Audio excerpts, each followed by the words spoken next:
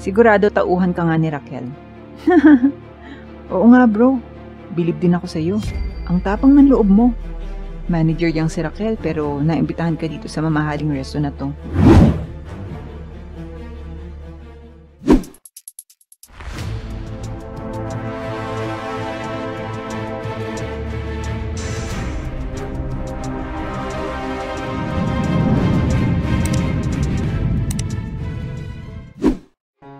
Welcome back mga ka-MB. Paano kung makatagpo ka ng kaibigang mapagpanggap? Kala mo kaibigan, pero kaibigan ka lang kung may pera ka. Sa ating kwento ngayon ay matutunghayan natin ang anak ng milyonaryo na nagpanggap na mahirap para kilalanin ang tunay niyang kaibigan.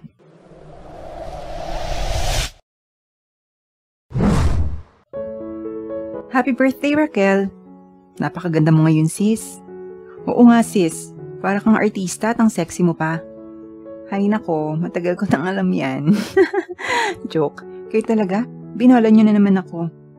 Well, gusto ko yung bola nyo. Maraming salamat sa pagpunta nyo dito ha. Of course, ikaw pa sis. Ang lakas mo sa amin eh. Bagyo ang dating mo eh. Pasaway ka talaga, Leia, kahit kailan. Nga pala sis, di ba may hinihintay ka pang bisita? Oo mga besh. Nag-text siya at malapit na daw siya. Naku sis, sigurado big time yan.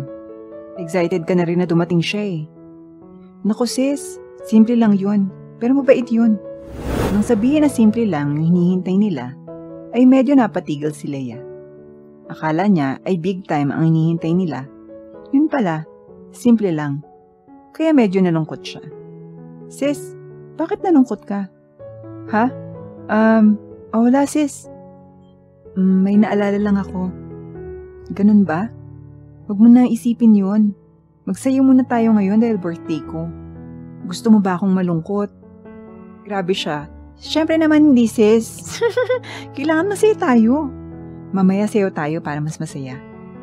O sige, pagdating ng isa ko pang bisita ay sasayo tayo. Okay sis, no problem. Dumating na ang hinihintay ni Raquel. Dumating na si Joel. Nakasuot simple lang ito, kinapatingin ng hindi maganda si Leia at Jacob. Hello Raquel, happy birthday! Joel, dumating ka din. Kanina ka pa namin hihintay eh. Raquel, pasensya na ha, nalate ako. Matraffic ngayon eh. Meron kasi mga motorcade na mga kandidato, na-traffic tuloy ako. No problem bro, ikaw pa. Excited na din sila na makilala ka eh. Nakasuot simple lang si Joel, kaya't inasar siya ni Leia. Hoy sis, di naman ako excited. Kala ko naman big time ang dadating mong bisita. Kala ko nagbibiro ka lang na simple siya. Totoo pala na simple nga siya. Bro, alam mo ba na birthday ngayon ni Raquel at nandito tayo sa mamahaling resto? Tas ganyan yung suot mo? Ang cheap ha? Nagulat at nalungkot si Joel. Bigla namang nagsalta si Raquel. Sis Leia, Bro Jacob, ano ba naman kayo? Kaibigan natin yan si Joel. Huwag niyo naman siyang pahiyain. Naku sis Raquel, ikaw ang may kaibigan sa kanya, hindi kami ni Leia. Oo nga sis, hindi kami. Sabay tawa ni Leia at Jacob. Grabe naman kayo. Pasensya ka na bro Joel ha. Pabiro talaga tong dalawang kaibigan natin eh. Okay lang sis Raquel, naiintindihan ko nga pala. Hindi pala ako formal na nagpakilala sa inyo. Ako nga pala si Joel Romero. Kinamayan ni Joel si Leia. Pero ang ginawa ni Leia ay tinasan lang niya ng kilay si Joel. At hindi siya nakipagkamay. Nakipagkamay din si Joel kay Jacob, pero hindi rin nakipagkamay si Jacob kay Joel. Nakita ito ni Raquel. Ano ba naman kayo, Leia at Jacob? Bakit naman pinahiya niyo tong si Joel? Hay nako sis, hindi ako makaget over. Akala namin ay big time ang papakilala mo sa amin. Yun pala ay hindi. Mga big time manager kaya kami, kaya ayaw namin sa small time lang.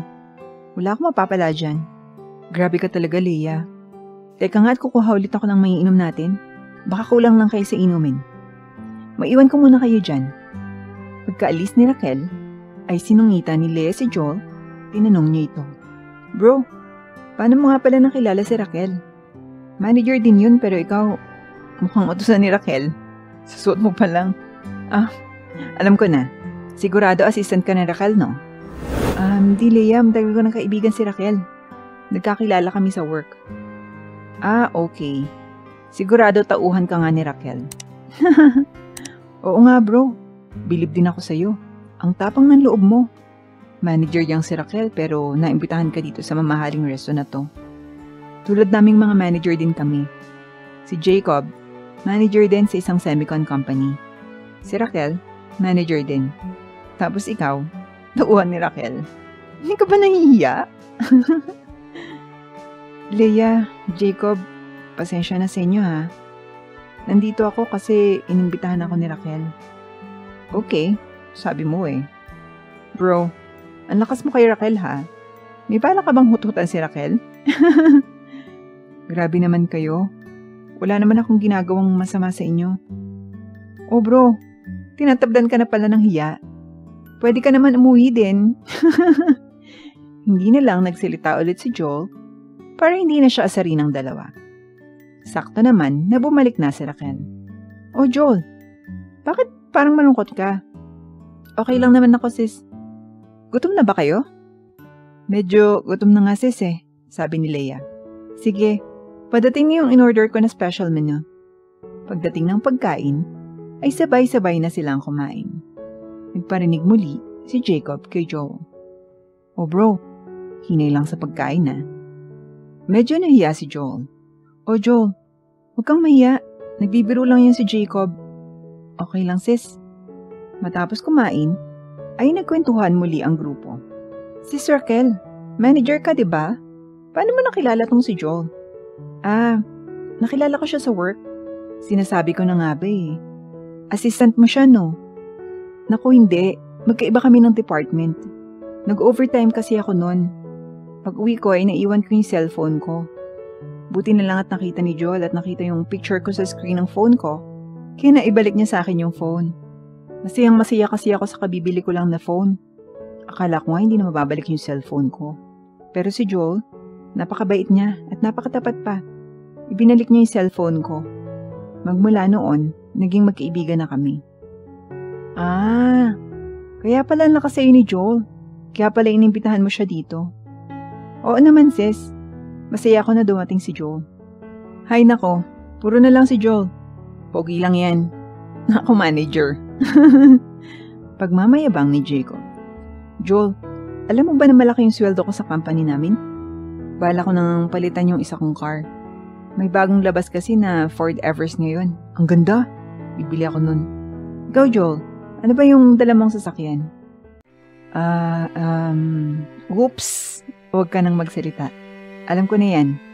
Isang lumang sasakyan. Malamang nasiraan ka kaya na-late ka, no? At hindi totoo na may motorcade. Napayuko na lang si Joel. Hindi ka makapagsalita, no? Totoo kasing sinasabi ko eh. Nagyabang din si Leia kay Joel. Hay nako bro. Ako nga. Bala ko na rin palitan yung Toyota Vios ko eh. Nakita ko din yung new model ng Ford Everest. Ang ganda-ganda, besh. Ikaw ba, Raquel? Anong gusto mong sasakyan? Hala, ano ba naman kayo? Hindi ngayon oras para pag-usapan ng mga magagarang sasakyan. Nakakahiya kay Joel. Okay lang yan, Joel.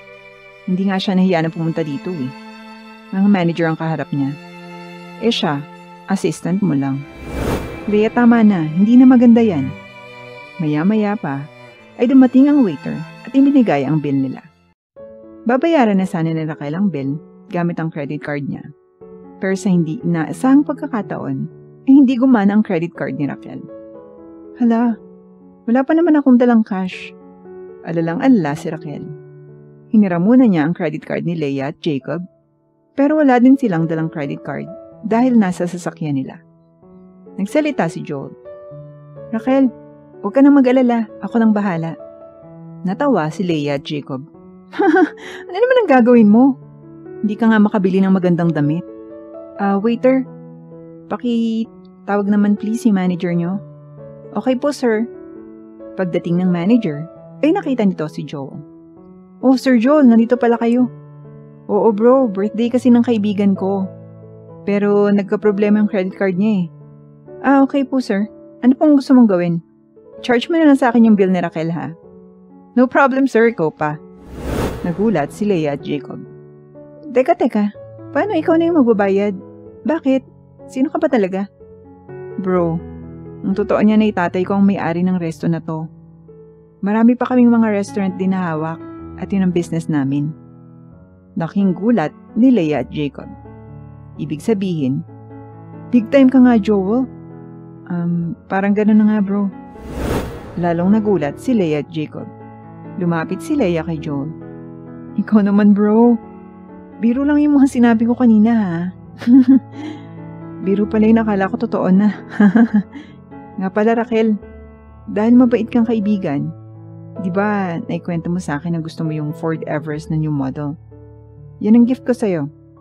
Papadala ko na lang sa bahay mo yung sasakyan na. Hindi makasalita si Raquel at naiyak ito. Oh, Raquel, huwag ka namang umiyak. Nga pala, bago tayo magsiuwi, paalala lang, Raquel, kilalanin mo mabuti ang mga kaibigan mo, ha? Ingat ka dito sa dalawang manager na kaibigan mo. Napatingin si Raquel kina Leia at Jacob. Samantala, hindi naman makatingin si Leia at Jacob kay Joel. Alam nila na nagkamali sila sa inasal nila kay Joel. At dito na po nagtatapos ang ating kwento, mahal na ka-MP. Naisiparating ng kwentong ito na huwag tayong masyadong mayabang sa mga na-achieve natin sa buhay. Mas masaya pa rin na mamuhay ng simple at walang inaapakang tao. Maraming salamat po sa inyong suporta at panonood, mahal na ka-MP. Sana po ay nagustuhan niyo ang ating storya at sana po ay may napulot kayong aral. Shout out po sa inyong lahat na walang sawang sumusuporta sa ating munting channel at lalo na sa iyo, kaibigan, na nanonood ng video ito.